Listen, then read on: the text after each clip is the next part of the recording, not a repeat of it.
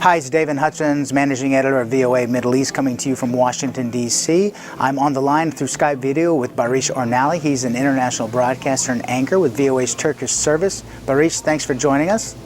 So let's talk about the elections. The Justice and Development Party, which has had the last two terms in Parliament, won a third term on Sunday. That is about 50% of the vote, but short of the majorities that they were seeking in order to have a broader mandate. So exactly what kind of political mandate does the Justice and Development Party have? Well, with 50% of the vote, it's obvious that they have a very strong mandate in terms of numbers. The Prime Minister himself said during his victory speech that he has the vote of one person out of every two people in Turkey. That's a very strong mandate. And historically speaking, he's increased his vote a third time in a row. This is his third election victory, and from a Turkish political historical standpoint, that's unprecedented. So he's got a very strong mandate going into the new term. What he does not have necessarily are the numbers in Parliament. We had spoken about this at length before. There are 550 seats in the Turkish Parliament. In order to change the constitution with the approval of the population in a referendum, you need 330 seats. The Justice and Development Party has 326 seats. They're just shy of the magic number of 330. That implies that in order to change the Constitution, in order for constitutional reform, they're going to have to seek a compromise. They're going to have to seek support from outside of the political party, from the political opposition. Nonetheless, even though they don't have the 330 majority that they were hoping to get, 50% of the vote is a very strong mandate politically. Now, about 50 million Turks, or about two-thirds of the population, were eligible to vote. And I think NTV television said that turnout was something like 84 or 85%. Now, we have a lot of emerging democracies in the Middle Eastern region, for example, Egypt and Tunisia, looking forward to their own elections. This is an incredible amount of political participation. Is there anything these countries can learn from the democratic process in Turkey? Regarding the voter participation, it's important to note that Turkey is compulsory voting.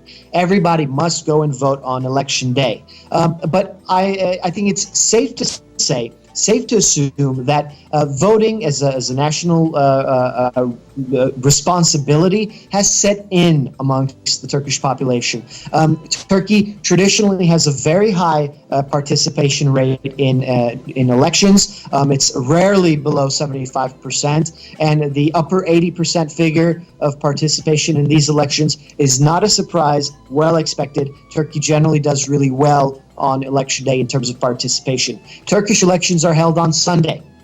There's strict rules about election day, and the Sunday factor, being a holiday, encourages people to go out and vote as well. So voting is encouraged. It's considered to be a responsibility, and I think it's safe to say that most Turks consider it to be a duty, and they do go out and vote. So tell us what happens now. We know who won. What's likely to happen? How's Erdogan going to rule?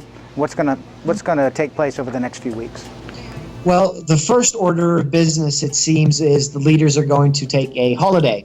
Prime Minister Erdogan is set to take a couple of days off following a long and arduous, very tense election period, a very tense campaigning period. But after the short break, the first order of business will be to establish the new cabinet.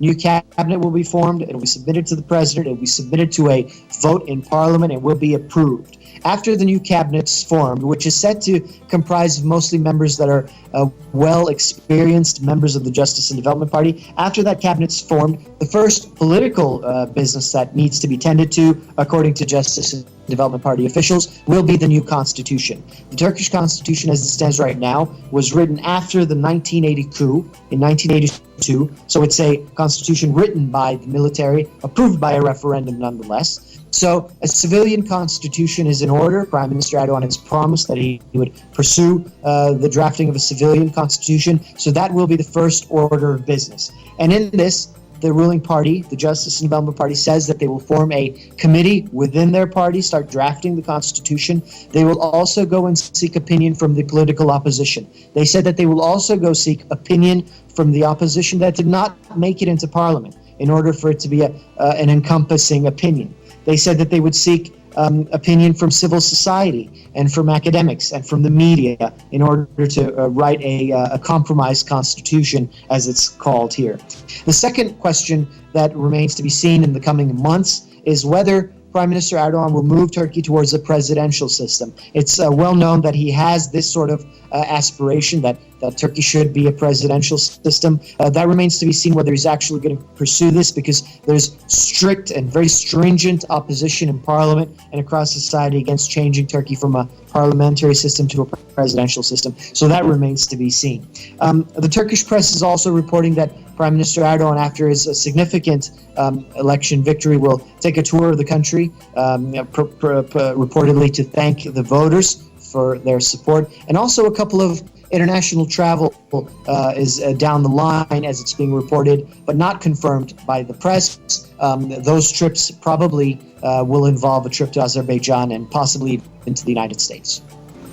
Great, we'll have to leave it there. Baris Ornarli, international broadcaster and anchor with VOA's Turkish Service, reporting to us from Ankara. Thanks for all of your work and your coverage over the past week.